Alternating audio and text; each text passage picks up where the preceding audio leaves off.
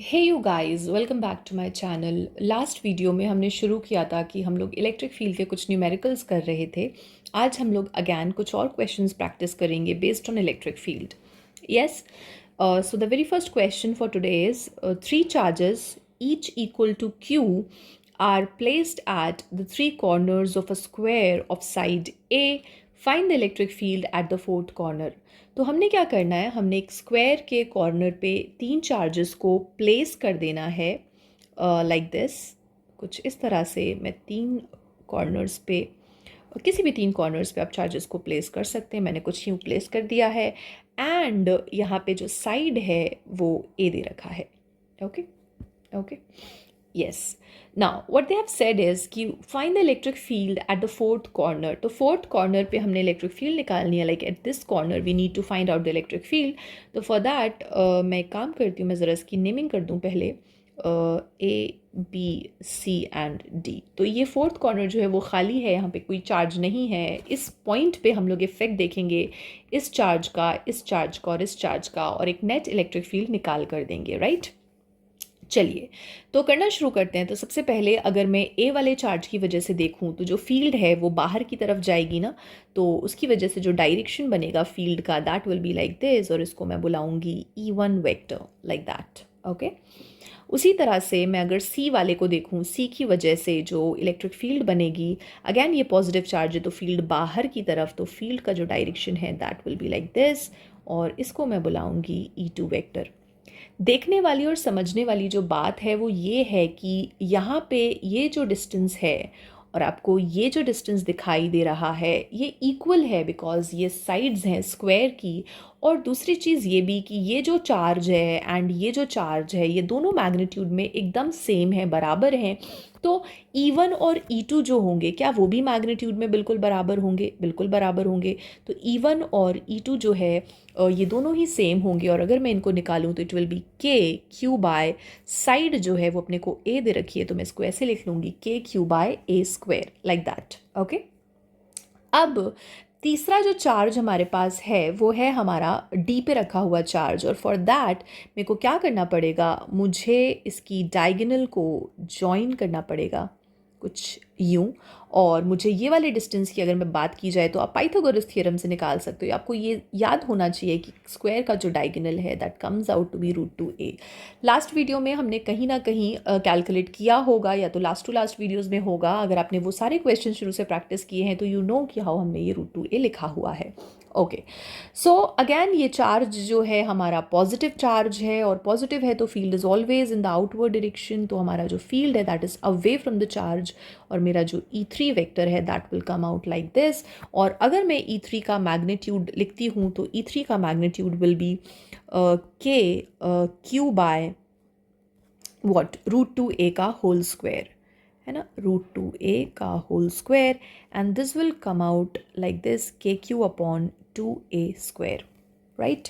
अच्छा जी, अब द थिंग इज़ कि मेरा जो E1 E2 और E3 हैं इन सब के डायरेक्शंस एकदम डिफरेंट हैं। तो हमें तो नेट फील्ड चाहिए, और नेट फील्ड के लिए हमें उनका वेक्टर सम करना पड़ेगा। तो फॉर दैट सबसे पहले अगर मैं E1 और E2 को देखती हूँ ना, if I look at E1 and E2, तो इन दोनों का जो कुछ नेट है वो कुछ इस डायरेक्शन में निकल कर आएगा।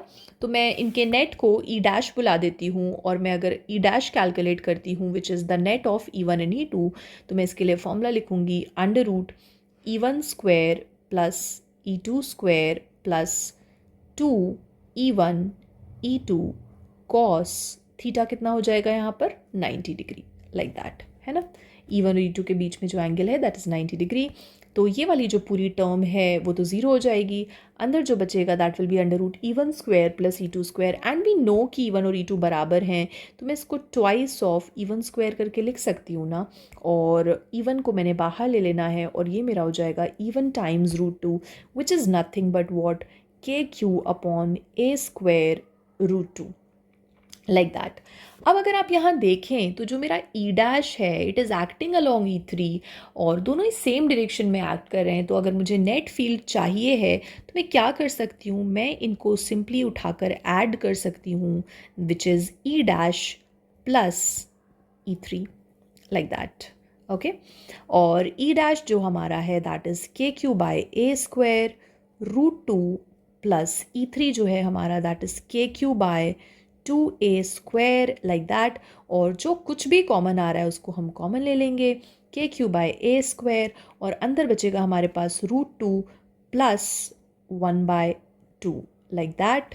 और इसको थोड़ा सा सॉल्व करना चाहो तो कर सकते हो आप एलसीएम लेके, KQ अपॉन a², और ये बनेगा अंदर मेरा 2√2 प्लस 1/2, और इसको मैं सही से ऐसे लिख सकती हूँ, k का वैल्यू अगर मैं डाल दूँ 1/4πε0 q by a², and this is 2√2 plus 1/2। आप चाहें तो आप इसको यहीं पे छोड़ सकते हैं, या फिर आप इसको ऐसे भी लिख सकते हैं, ई नेट इज़ इक्वल टू, इसको मैं थोड़ा सेपरेट कर देती हूँ, हाँ जी, तो E net is equal to 2√2 plus 1 q upon 8πε0 a²। तो that is how we have got our answer. ये हमारा जो है वो आंसर हो जाएगा। ठीक है, चलिए तो नेक्स्ट क्वेश्चन की तरफ ज़रा बढ़ते हैं और देखते हैं यहाँ पे क्या दे रखा है।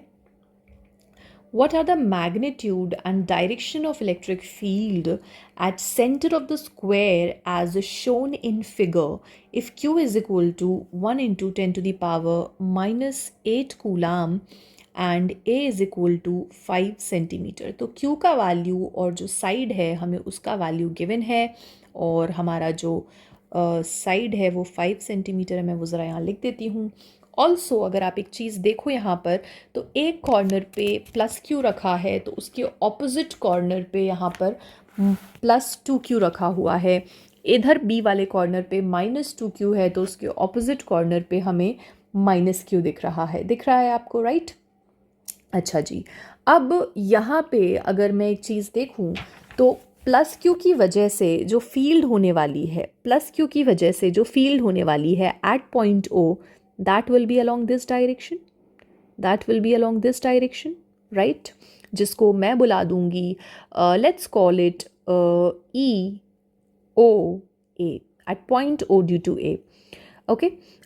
C की वजह से अगर मैं प्लस 2Q देखूँ तो it will always be away from the charge only, क्योंकि फील्ड का जो डायरेक्शन है it is away from the positive charge, तो प्लस 2Q से भी अवे हो जाएगा, और जो फील्ड का डायरेक्शन होने वाला है that will be like this, okay, EOC like that. एक चीज़ जो गौर करने वाली है वो ये है कि मेरा जो EOA है और जो EOC है, EOA is because of the single positive charge plus Q, EOC is because of plus 2Q। तो जाहिर सी बात है कि दोनों ही ऑपोजिट डायरेक्शन में हैं, तो EOA जो है वो EOC में से सब्ट्रैक्ट हो जाएगा, और इन दोनों का जो नेट निकलेगा, इन दोनों का जो रिजल्टेंट निकलेगा, वो मेरा जो है वो अलोंग दिस डायरेक्शन ही होगा, और उसको मैं बुलाऊंगी क्या, E1। ओके, मैं ये कह रही हूँ कि मेरा जो नेट निकलेगा किसका, EOC का और EOA का। देखो, this is acting in this direction along OC and this one is acting along OA, तो मेरा जो है इन दोनों का नेट निकलेगा, and EOC will be more because यहाँ पे चार्ज का मैग्नीट्यूड ज़्यादा है। तो मैं जब E1 लिखूँगी, इन दोनों का नेट लिखूँगी, तो it will be like E1 is equal to EOC minus EOA like that, okay. Also मैं एक चीज़ आपको जो याद दिलाना चाहती हूँ वो ये है कि अगर मैं OA वाले डिस्टेंस की बात करूँ, सबसे पहली चीज़ जो आपको जहन में रखनी है वो ये है कि एक स्क्वायर के केस में जो डायगोनल्स होती हैं वो एक दूसरे को बाइसेक्ट करती हैं एट 90 डिग्री, और इनका जो OA, OB, OC, OD ये सब बनेगा, ये सब बराबर है। और अगर मैं यहाँ पे डायगोनल की सिर्फ बात करती हूँ, जैसे कि मैंने AC की बात करी है, तो it will be around 5√2 like that, है ना। और अगर मैं AO की या OA की बात करती हूँ, तो it will be AC divided by 2, and this will be 5√2 divided by 2, 5√2 divided by 2, और ये हो जाएगा 5/√2। ठीक है, OA will be equal to 5/√2। And I hope आपको इसमें कोई दिक्कत नहीं होगी कि AC 5√2 कैसे हुआ। अगर आप देखना भी चाहें तो आप ऐसे देख सकते हैं कि this is 5 centimetre, this is 5 centimetre.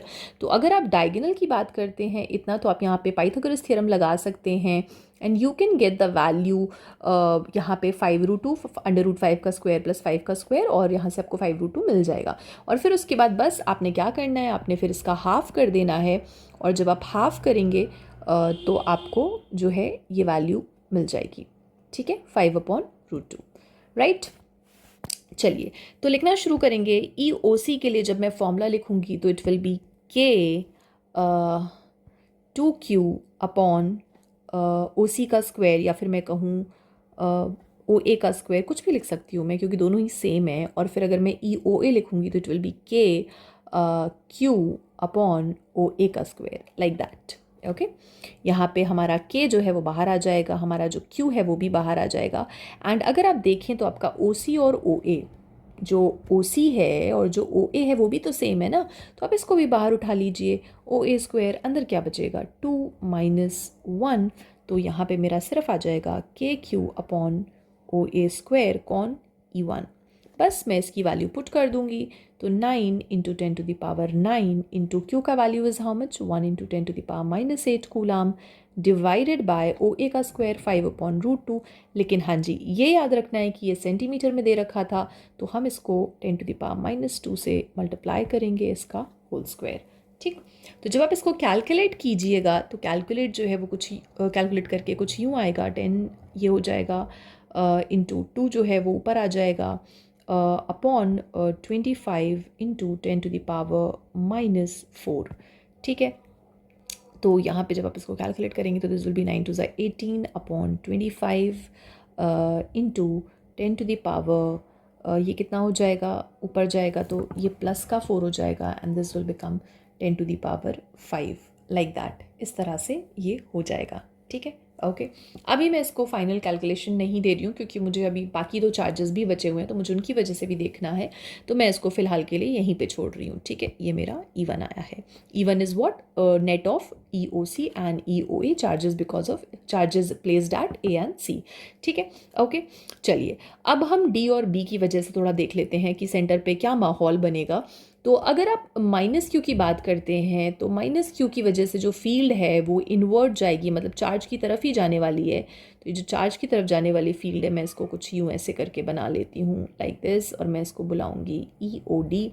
और अगर मैं इसकी बात करूँ, B की बात करूँ, तो इसकी वजह से जो फील्ड है वो चार्ज की तरफ जाएगी, और इसको मैं बुलाऊंगी EOB, like that. Okay, now अगर आप सिचुएशन को देखें तो सिचुएशन बिल्कुल यहाँ पे एकदम सिमिलर है, बस फ़र्क कितना है कि वो नेगेटिव चार्ज है, बट द पॉइंट इज़ कि दोनों फील्ड अगेन ऑपोजिट डायरेक्शन में है, मैग्नीट्यूड एक का डबल है।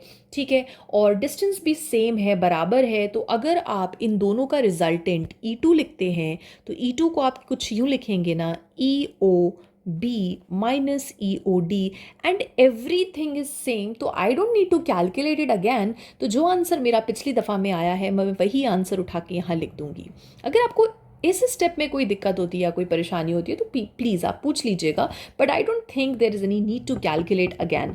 ओके, नाउ मेरा जो E1 है और जो मेरा E2 है वो कुछ यूँ एक्ट कर रहे हैं, लाइक दिस। ये मेरा E2 है, ये मेरा E1 है। तो अब जब मैं इनका नेट निकालूंगी तो मेरा जो इनका नेट निकल के आएगा that will be somewhere here, मतलब एक्टिंग अलोंग दिस डायरेक्शन, और इसको मैं बुलाऊंगी E net, like that. Okay, also अगर मैं इन एंगल्स की बात करूं तो जो डायगोनल्स हैं वो एक दूसरे को 90 डिग्री पे बाइसेक्ट करती हैं, तो दिस एंगल विल बी कौन सा, 90 डिग्री। तो यहाँ पे अगर मैं इनका नेट निकालूंगी तो मेरा जो नेट निकल कर आएगा ई नेट जो मेरा निकल कर आएगा that will B √, E1 square plus E2 square. Just a second, या मैं अगर यहाँ पे कैलकुलेट करती हूँ तो it will B √, E1 square plus E2 square plus 2E1 E2 cos 90 degree, right. क्योंकि दोनों ही फील्ड के बीच में एंगल इज़ 90 डिग्री, तो जाहिर सी बात है दूसरी term will be cancelled out. आप एक चीज़ पे ज़रा गौर करेंगे तो E1 और E2 बराबर हैं, तो E2 is nothing but the magnitude of E1 only. तो अगर मैं यहाँ पे लिखना चाहूँ तो it will B E1 square plus E1 square only, है ना, दोनों के मैग्नीट्यूड जो हैं वो तो सेम है। तो क्या उसको अलग अलग करके लिखना, तो मैं इसको ऐसे लिखूँगी ट्वाइस ऑफ E1 स्क्वायर, और अगर मैं इसको लिखना चाहूँ तो इट विल बी E1 बाहर आ जाएगा, E1 टाइम्स √2 हो जाएगा ये। तो E1 का जो मैग्नीट्यूड आया था मैं ज़रा यहाँ लिखती हूँ 18/25 इंटू 10⁵, और ये मेरा हो जाएगा क्या √2, लाइक दैट। ओके। तो आई होप इतनी चीज़ तो आपको समझ में आ गई होगी। तो बस अगर आप इसको कैलकुलेट करना चाहें तो आप इसको कैलकुलेट कर सकते हैं आसानी से। तो जब आप इसको कैलकुलेट कीजिएगा तो ये कैलकुलेट करके आपके पास आ जाएगा अराउंड, मैं इसको थोड़ा सा आपको स्प्लिट करके भी दिखा देती हूँ, 100 इंटू 10⁵ इंटू √2 डिवाइडेड बाय 25। तो ये सीधा सीधा जो है वो कैंसिल हो जाएगा, and this will B 72 √2 into 10⁻3। और आप नेट फील्ड निकाल रहे हैं तो ये न्यूटन पर कूलाम, जाहिर सी बात है आपको जो यूनिट है वो ज़रूर लिखना चाहिए। तो this is 72 √2 into 10⁻3 Newton per coulomb. और आप एक चीज़ ज़रूर करना चाहते हैं तो कर लीजिएगा, आप √2 से मल्टीप्लाई कर दीजिएगा तो आपका डेसिमल में आ जाएगा आंसर, अदरवाइज़ आप इसको यहाँ पे छोड़ सकते हैं। ओके। तो आई होप ये क्वेश्चन समझ में आया होगा, बहुत ईजी क्वेश्चन था, एंड बस वही प्रिंसिपल ऑफ सुपर पोजिशन को हम लोग फॉलो करें, जैसे हमने फोर्स में किया था वही हम लोग यहाँ फील्ड में अप्लाई कर रहे हैं। ओके, चलिए नाउ आगे बढ़ते हैं और अब देखते हैं हमारे पास ये एक डाइपोल का क्वेश्चन आया हुआ है। Let's do that. An electric dipole consists of charges +2e and -2e separated by 0.78 nanometre. तो जो भी हमारा चार्ज है ना, वो चार्ज का वैल्यू मैं ज़रा यहाँ पे लिख देती हूँ +2 इंटू ई, और जो मेरा सेपरेशन है 2a that is 0.78 nanometre. Nanometre तो मैं यहाँ पे लिख दूँगी 0.78 into 10⁻⁻9 metre, like that. Okay, अच्छा जी।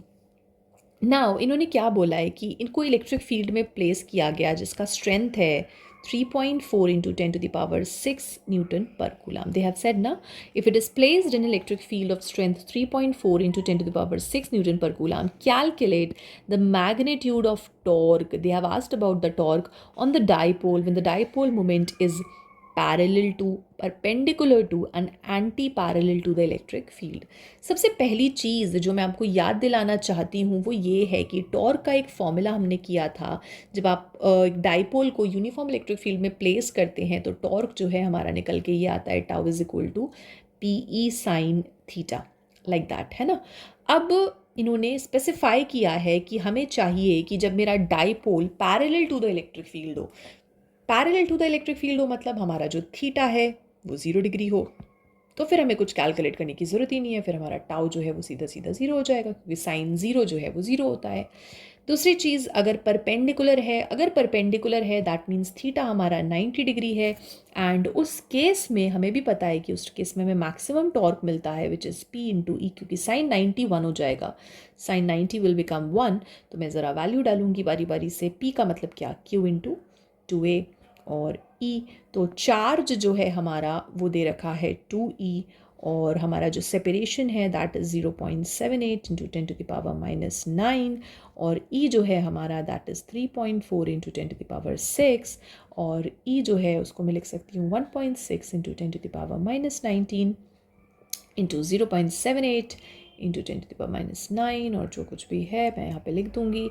एंड बस आपने सिंपली इसको कैलकुलेट कर लेना है, सिंपल मल्टीप्लिकेशन है, पावर्स को आप सॉल्व कर लेंगे सबसे पहले तो, और जो भी आपके पास निकल कर आएगा that will be around 8.5 into 10⁻⁻22 newton metre. ठीक है, तो आप देख लीजिएगा, इसे इतना ही आंसर आएगा, कुछ 8.4 समथिंग कुछ करके आएगा, तो उसको मैंने अप्रॉक्सीमेशन में लिख दिया है और आ जाएगा आसानी से। ठीक, चलिए लास्ट वाला देख लेते हैं। एंड लास्ट वाले में ये बोला है anti parallel. Whenever they say anti parallel they mean theta is equal to 180 degree, मतलब dipole moment is kept opposite to the direction of electric field. तो थीटा जब 180 होता है तो साइन 180 का वैल्यू कितना होता है, ये जहन में रखना है आपको ज़रूर से। साइन 180 का वैल्यू इज 0, तो देयरफॉर उस केस में भी मेरा जो टाउ है वो कैसा हो जाएगा, 0 हो जाएगा। तो that is how you calculate this. तो that's all for today. Thank you so much, मिलते हैं अगले वीडियो में।